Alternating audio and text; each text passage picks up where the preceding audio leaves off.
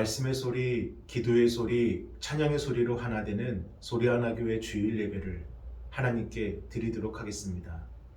먼저 사도신경으로 우리들의 신앙을 고백하겠습니다. 나는 전능하신 아버지 하나님 천지의 창조주를 믿습니다. 나는 그의 유일하신 아들 우리 주 예수 그리스도를 믿습니다. 그는 성령으로 잉태되어 동정녀 마리아에게서 나시고 본디오 빌라도에게 고난을 받아 십자가에 못 박혀 죽으시고 장사된 지 사흘 만에 죽은 자 가운데서 다시 살아나셨으며 하늘에 오르시어 전능하신 아버지 하나님 우편에 앉아 계시다가 거기로부터 살아있는 자와 죽은 자를 심판하러 오십니다. 나는 성령을 믿으며 거룩한 공교회와 성도의 교제와 죄를 용서받는 것과 몸의 부활과 영생을 믿습니다. 아멘. 다 함께 찬송가 446장 주 음성 외에는 함께 찬양하겠습니다.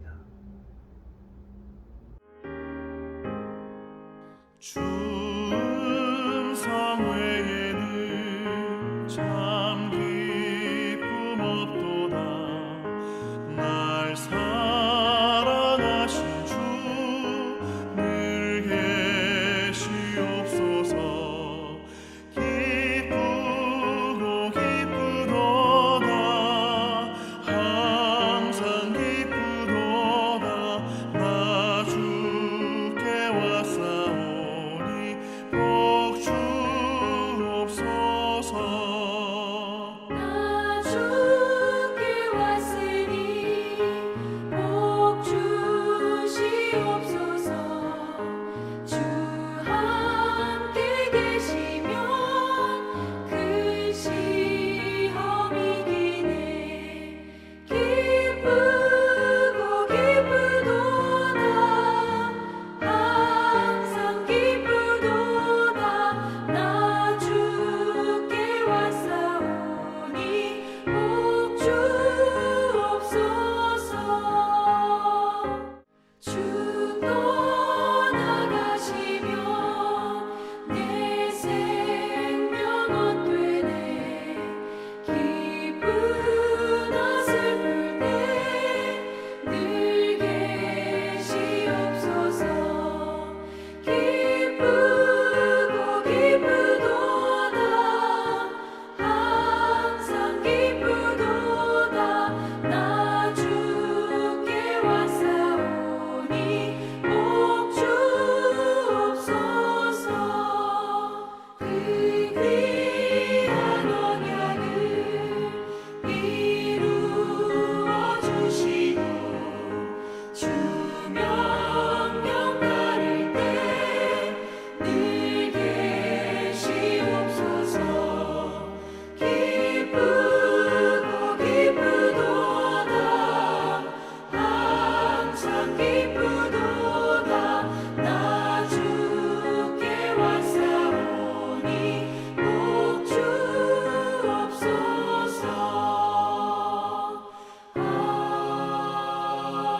아멘.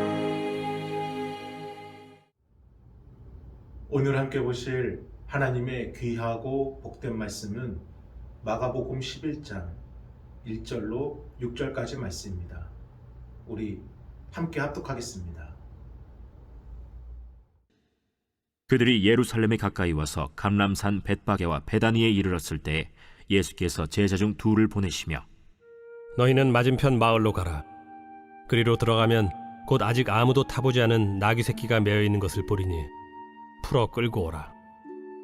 만일 누가 너희에게 왜 이렇게 하느냐 묻거든 주가 쓰시겠다 하라. 그리하면 즉시 이리로 보내리라. 제자들이 가서 본즉 나귀 새끼가 문 앞거리에 매어 있는지라. 그것을 푸니 거기 서 있는 사람 중 어떤 이들이 이르되 나귀 새끼를 풀어 무엇하려느냐?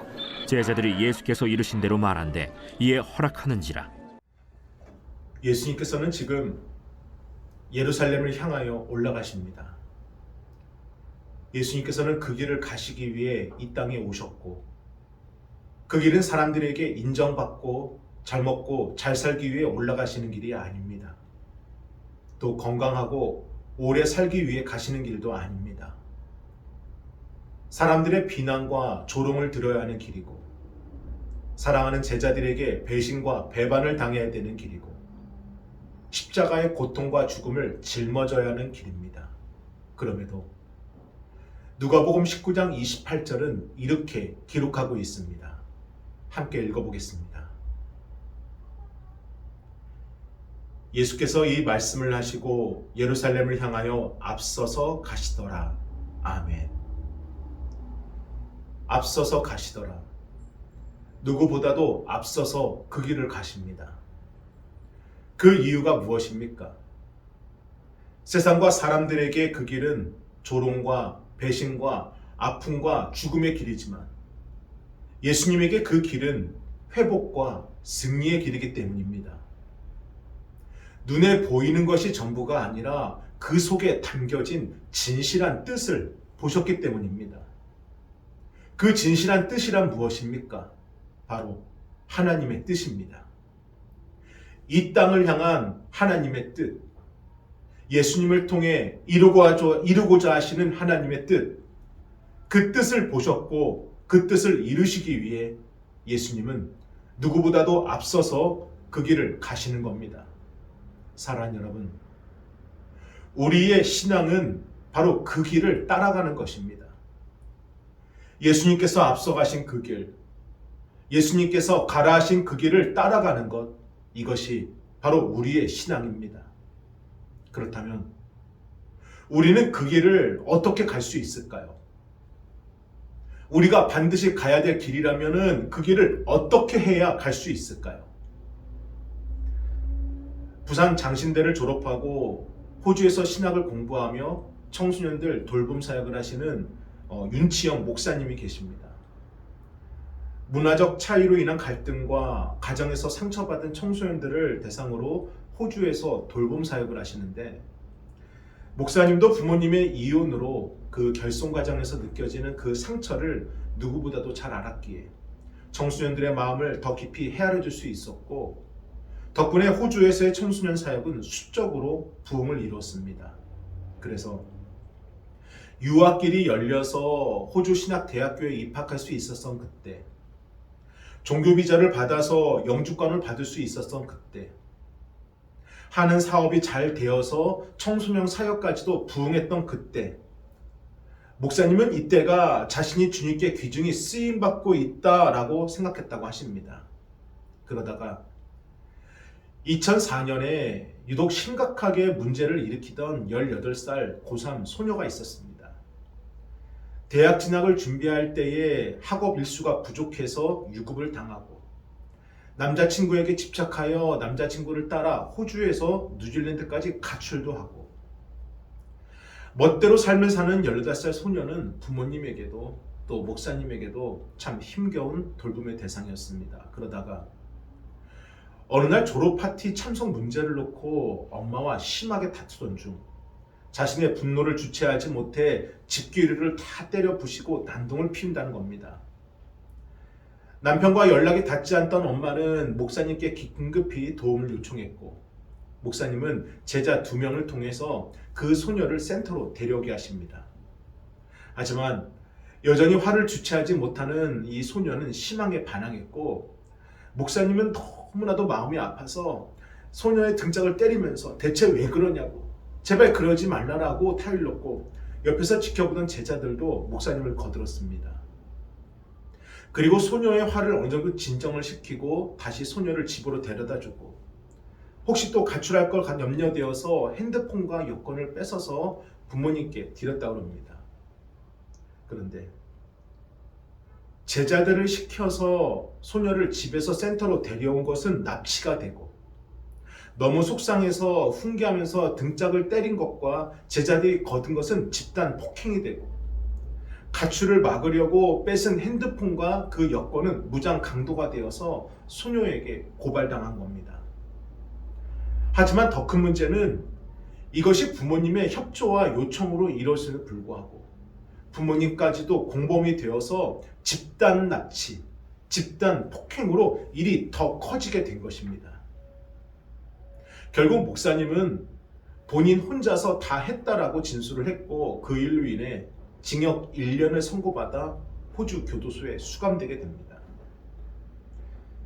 신학을 공부하고 상처받은 청소년들을 돌보기 위해서 호주에 온 것인데 3년 동안 누구보다도 그 소녀를 아끼고 돌보아 주었는데 그 소녀의 부모의 도움의 요청으로 해서 도와준 것뿐인데 그 결과가 범죄자라는 낙인과 교도소라는 절망의 늪에 빠지게 되면서 대체 왜 자신에게 이런 일이 일어났나 서러움과 수치와 억울함으로 도저히 그 상황을 받아들일 수 없었다고 합니다.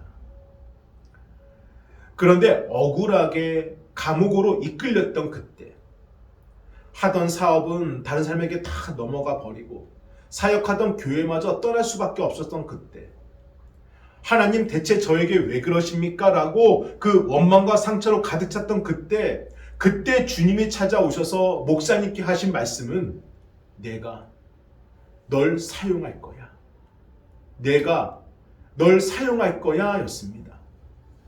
주님께 쓰임받기 위해 열심히 노력했던 그때가 아니라 모두에게 외면당하고 모든 것이 끝났다고 여기던 그때 억울함과 분노와 수치의 마음으로 모든 것이 철저히 무너졌던 그때 들려온 주님의 음성이 내가 널 사용할 거야 라는 것이었습니다. 사랑하는 여러분, 세상과 사람들에게는 조롱과 또 고통과 죽음의 길이었지만 예수님께는 승리의 길이 될 수 있었던 것은 하나님의 힘과 능력에 붙들려서 하나님의 이끄심으로 하나님이 가라 하신 그 길을 예수님께서는 가셨기 때문입니다. 이처럼 우리도 우리의 힘과 능력과 의지와 판단이 아니라 하나님이 가라 하신 그 길을 순종함으로 하나님의 힘과 능력에 붙들려서 겸손함으로 갈 때 예수님이 가신 그 길을 따라갈 수 있다는 것입니다. 지금 예수님은 바로 그 길을 순종과 겸손의 왕으로 올라가십니다. 우리 오늘 본문 마가복음 11장 2절과 3절을 함께 읽어보겠습니다. 이르시되 너희는 맞은편 마을로 가라. 그리로 들어가면 곧 아직 아무도 타보지 않은 나귀 새끼가 매어 있는 것을 보리니 풀어 끌고 오라. 만일 누가 너희에게 왜 이렇게 하느냐 묻거든 주가 쓰시겠다 하라. 그리하면 즉시 이리로 보내리라 하시니. 아멘. 예수님은 예루살렘에서 동쪽으로 3km 정도 떨어진 베다니에서 하루를 머무시고 그 다음날 예루살렘으로 올라가시는데 제자 둘을 보내시면서 나귀 새끼가 매여 있는 것을 볼 것이니 그것을 풀어서 가져오라 라고 말씀하십니다. 아니 예루살렘까지는 걸어가도 충분한 거리인데 이왕이면은 사람들의 보는 눈도 있으니 큰 말이나 하얀 백마를 타고 가실 것이지 왜 하필 누구의 것인지도 모를 그 나귀 새끼를 끌고 오라 하시는 것인지 하나님의 말씀이기 때문입니다. 스가랴 9장 9절 말씀을 함께 읽어보겠습니다. 시온에 따라 크게 기뻐할지어다. 예루살렘에 따라 즐거이 부를지어다. 보라, 내 왕이 내게 임하시나니 그는 공의로우시며 구원을 베푸시며 겸손하여서 나귀를 타시나니 나귀의 작은 것 곧 나귀 새끼니라. 아멘.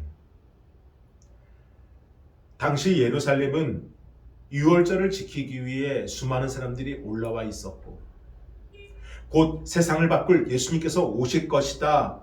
사람들은 기대감에 부풀어 예수님을 기다리고 있었습니다. 그러나 예수님이 바라본 것은 자신을 환영하는 사람들의 시선이 아니라 하나님이 말씀하신 500년 전 스가랴 선지자의 예언을 통한 하나님의 말씀이었습니다. 그래서 사람들이 기대했던 세상의 왕으로서의 모습이 아니라 하나님의 말씀에 순종한 나귀 새끼를 탄 겸손의 왕으로 예루살렘에 올라가신 것입니다. 그런데 예수님만 그런 것이 아니에요. 주인이 누구인지도 모를 그 나귀 새끼를 끌고 오라 하셨을 때 그저 예수님의 말씀에 순종해서 그대로 따랐던 제자들도 예수님의 그 길에 동행할 수 있었습니다. 또한 자신의 소유이지만 주께서 쓰시겠다라는 그 말씀 한마디에 나귀 새끼를 건네준 주인과 나귀 새끼도 함께 예수님의 그 길에 동행할 수 있었습니다. 사랑하는 여러분,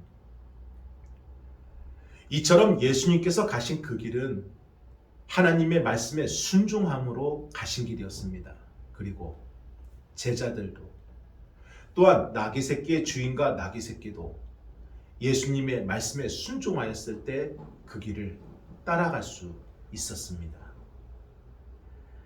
윤치영 목사님은 출소 후에 평소에 알고 지내던 이영민 선교사님으로부터 이 중국 선교에 대한 제안을 받게 되십니다.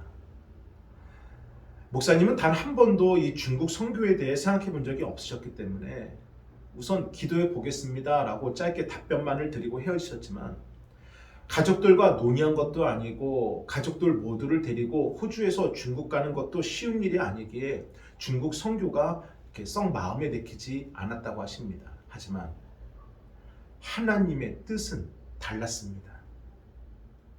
그날 이후로 기도만 하면은 자꾸 이 중국이란 나라를 생각나게 하시는 거예요. 처음에는 다른 기도로 시작했지만 기도에 몰입하다 보면 어느새 중국을 품고 기도하고 있는 자신을 발견하면서 깜짝 놀라셨다고 합니다.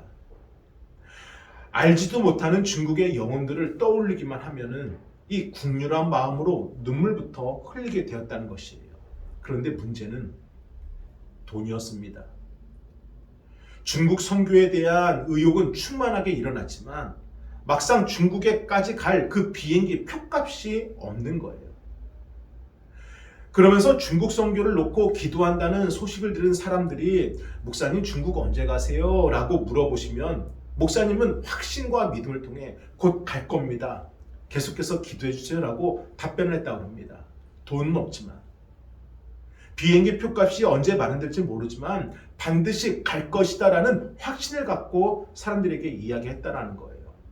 그리고 얼마 후에 상하이로 탐방을 갈 그 일정이 잡히게 되었지만 여전히 비행기 표값은 준비되고 있지 않았다고 하십니다. 그러다가 어느 권사님께서 비행기 표 사는데 보태시라고 헌금을 해주셨고 다행히 그 돈으로 비행기 표 예약을 할 수가 있었습니다. 그때 목사님 속으로 이제 슬슬 열리는구나. 정말 감사하다라고 그리고 이제 부족한 400달러만 하나님이 채워주실 것이다라는 확신을 갖고 기다렸다고 하십니다. 그런데 출발을 며칠 앞두고도 여전히 표값을 구하지 못한 목사님에게 어떤 권사님이 전화를 하신 거예요. 권사님은 전화로 다짜고짜 목사님 비행기 표값 구하셨어요? 라고 물으시는 거예요. 목사님은 솔직하게 권사님 호주에서 이 한국까지 경유해서 가는데 한국까지 갈 표값은 구했는데 한국에서 이 상하이까지 갈 표값은 아직은 구하지 못했습니다 라고 말씀을 드렸다고 그래요. 그러니 이번에 권사님이 아니 그러면 얼마가 부족한데요? 라고 물으셨다는 거예요. 그래서 목사님 솔직하게 400달러가 부족합니다. 그런데 말씀을 하는 순간 전화를 툭 하고 끊어버리신다는 거예요. 아니 갑자기 전화하셔서 표값 구했냐고 얼마가 부족하냐고 물으신 것은 권사님이신데 목사님 말도 끝까지 듣지도 않고 탁 끊는 거 보니까 아니 내가 돈 얘기해서 그런가 하면서 목사님이 상당히 기분이 나쁘셨다고 그래요. 그런데 몇 분 지나서 권사님께 다시 전화가 오신 건데 권사님 말씀은 목사님 사실 지금 제가 너무 놀라고 당황스러워서 전화기를 놓쳤어요. 아니 권사님 대체 무슨 일인지 자꾸 이러시는 거예요? 라고. 세상에 어떻게 이런 일이 다 있어요? 목사님 중국 가는 표값 하나님이 주셨어요. 에이, 권사님 미안해서 그러시는 거면 그러지 않으셔도 돼요. 그러지 마세요. 라고요. 아니에요. 정말 하나님이 주셨다니까요. 사건은 이러했습니다. 권사님이 남편 권사님과 함께 어느 곳에 신방을 마치고 이렇게 차문을 여시는데 갑자기 하늘에서 뭔가가 막 날아오더니 차 위로 팍 떨어진다는 거예요. 그래서 이게 뭔가 놀라서 보니까 세상에나 돈다발인 거예요. 돈이 하늘에서 날아와 떨어진 겁니다. 대체 그 돈들이 어디서 떨어졌나 이렇게 주변을 돌아보는데 주변에 뭐 빌딩이 있고 아파트가 있는 것도 아니고 더군다나 그 당시 주변에는요 권사님 4밖에 없었다는 거예요. 사람도 없었습니다. 권사님은 돈을 모아서 한참을 두리번거리면서 그 돈을 가지고 경찰서를 가야 되나 생각하다가 이렇게 하늘을 보는데 아니 하늘에서 비행기가 지나간다는 거예요. 그때 권사님이 비행기? 그럼 목사님 중국 선교 표값을 구했나? 이런 생각들이 갑자기 막 난다는 거예요. 그래서 목사님께 다급하게 전화를 걸어서 표값 구했냐고 그리고 얼마 부족하냐고 물어본 것인데 사실 목사님이 400달러를 이야기하는 순간 전화기를 놓치며 놀랬던 그 이유가 뭐냐면은 하늘에서 떨어진 돈이 정확하게 400달러였기 때문이었습니다. 권사님은 전화를 하기 전에 돈을 다 세보았고 만약 목사님이 부족한 돈이 이 400달러가 아니라 뭐 401달러, 뭐 402달러만 해도 이 돈을 절대로 목사님을 드릴 생각이 없었다고 그래요. 하지만 정확하게 맞으면 하나님의 뜻이라는 마음으로 목사님께 드리려고 전화를 거신데 1달러도 틀리지 않고 정확하게 400달러가 필요하다는 목사님의 말을 듣고 권사님은 너무 놀라셨다는 것입니다. 전화를 끄는 목사님은 그 순간 광야에서 내렸던 그 만나와 메추라기의 이야기를 떠올리면서 주님이 자신에게 묻는 것 같은 그 말씀을 떠올리며 한참을 우셨다고 그래요. 사랑하는 아들아, 말씀 속에서 만나와 메추라기가 하늘에서 떨어진다는 것은 믿으면서 왜 하늘에서 돈이 떨어진다는 것을 믿지 않느냐? 그러면서 이 사건을 통해 목사님은 자신의 힘으로 자신의 능력으로 가려는 길이 아니라 오직 하나님의 능력으로 하나님이 가라 하신 그 길을 가려고 자신이 순종할 때 주님께서 나 같은 부족한 종도 쓰시는구나 이 사실을 깨달았다고 하십니다.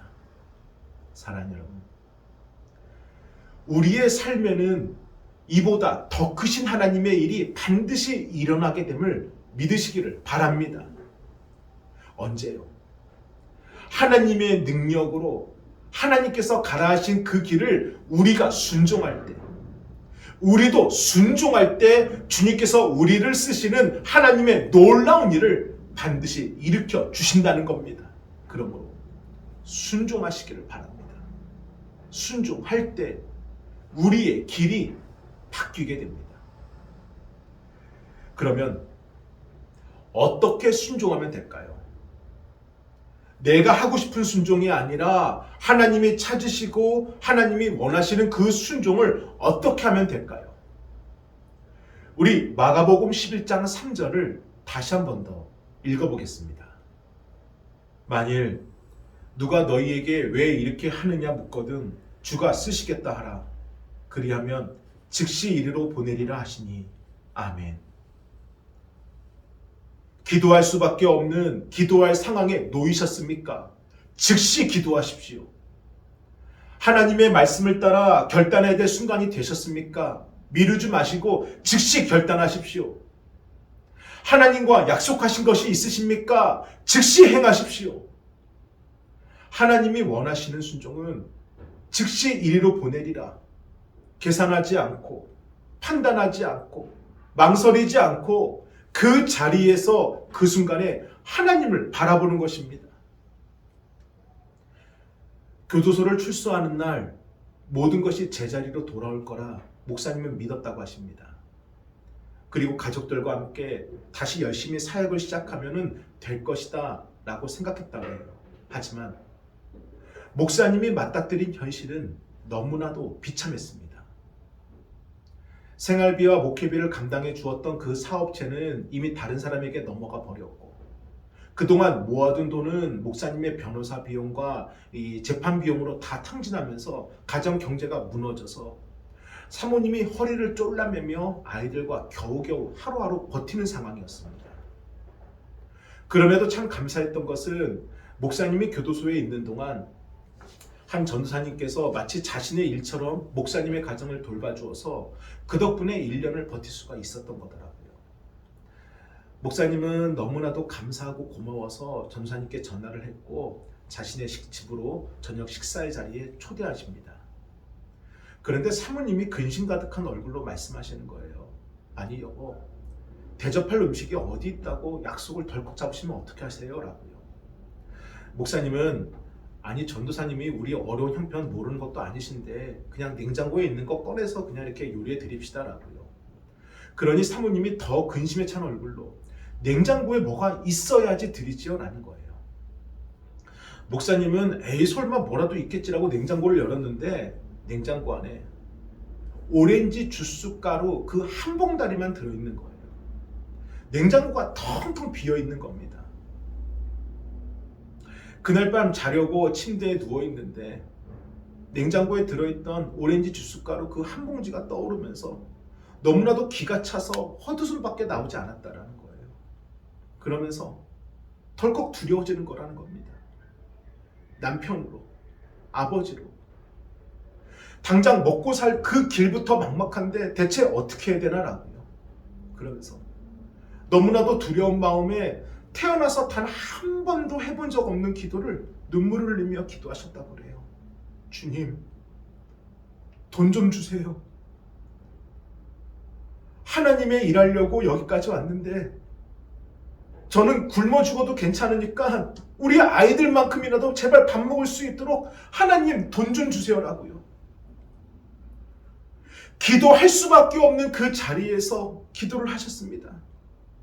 기도밖에는 할 수 있는 것이 없는 그 자리에서 눈물을 펑펑 흘리며 기도하신 겁니다. 돈 좀 달라고. 하나님 돈 좀 주세요라고요. 그리고 이튿날 전화가 한 통 온 거예요. 전화를 받으니까 목사님과 함께 교도소에서 함께 잘 지냈던 이 로버트라는 사람이었습니다. 로버트는 전화로 출소 후에 이런저런 이렇게 일을 했다라고 그러면서 목사님이 너무 보고 싶으니까 목사님 집으로 오겠다라는 거예요.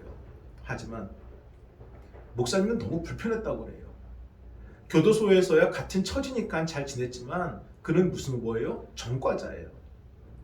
그러니 자기네 집으로 데려고 온다는 것은 이거는 너무나도 불편한 것이었습니다. 더군다나 아이들이 있는 집이잖아요. 그런데도 막무가내로 꼭 와야 된다고 말하는 로버트를 뿌리칠 수가 없어서 집으로 초대했고요.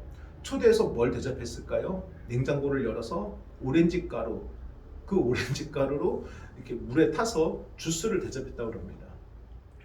로버트와 이런저런 이야기를 하다가 로버트가 이제 그만 가겠다고 일어서는데 자신의 주머니에서 돈을 한 뭉치 꺼내더니 목사님께 주는 거예요. 목사님은 깜짝 놀랐습니다. 아니 이게 무슨 돈이냐고? 왜 이러냐 갑자기. 로버트는 우리가 비록 교도소에서 만났지만 자신은 목사님을 진실한 형제이고 가족이라고 생각한다고. 그래서 자신이 지금 총 700달러를 가지고 있는데 300달러는 자신이 가지고 이 400달러는 목사님을 주려고 가져왔다고. 그리고 이 돈은 빌려주는 게 아니라 진실한 형제에게만 주는 자신의 마음이라고 돈을 놓고 길을 떠났다라는 것입니다.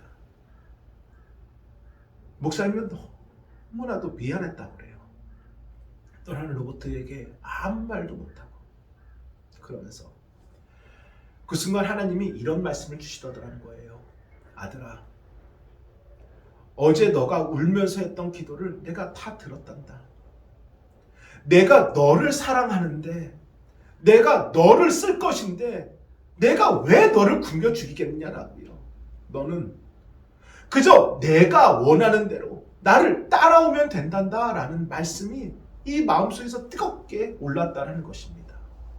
사랑하는 여러분, 너희 염려를 다 주께 맡기라. 이는 그가 너희를 돌보심이라. 내 길을 여호와께 맡기라. 그를 의지하면 그가 이루시고. 아멘.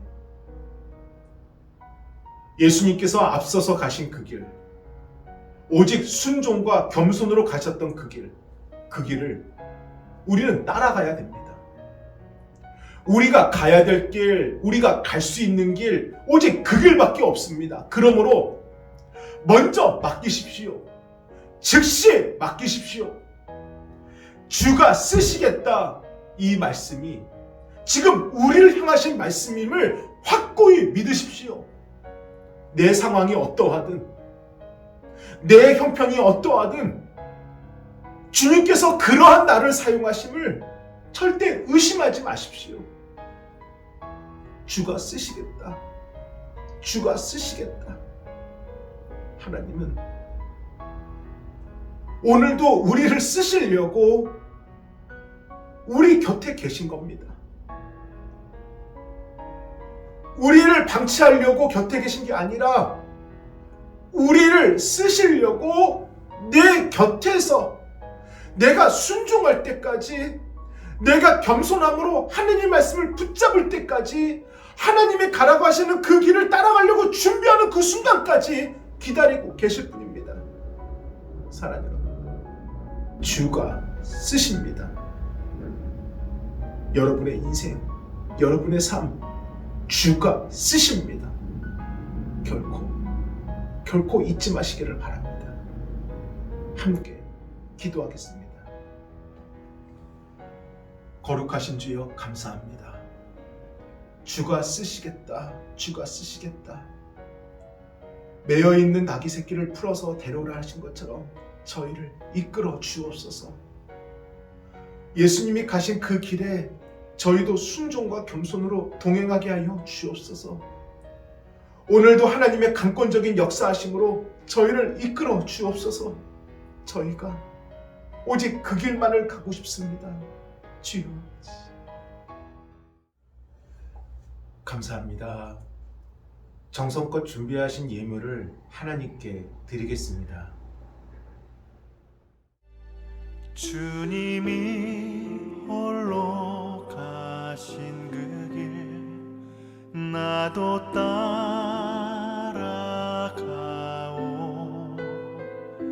모든 물과 피를 흘리신 그 길을 나도 가오. 험한 산도 나는 괜찮소. 바다 끝이라도 나는 괜찮소. 죽어가는 저들을 위해 나를 버리길 바라오. 아버지 나를 보내주오. 나는 달려가겠소. 목숨도 아끼지 않겠소. 나를 보내주오.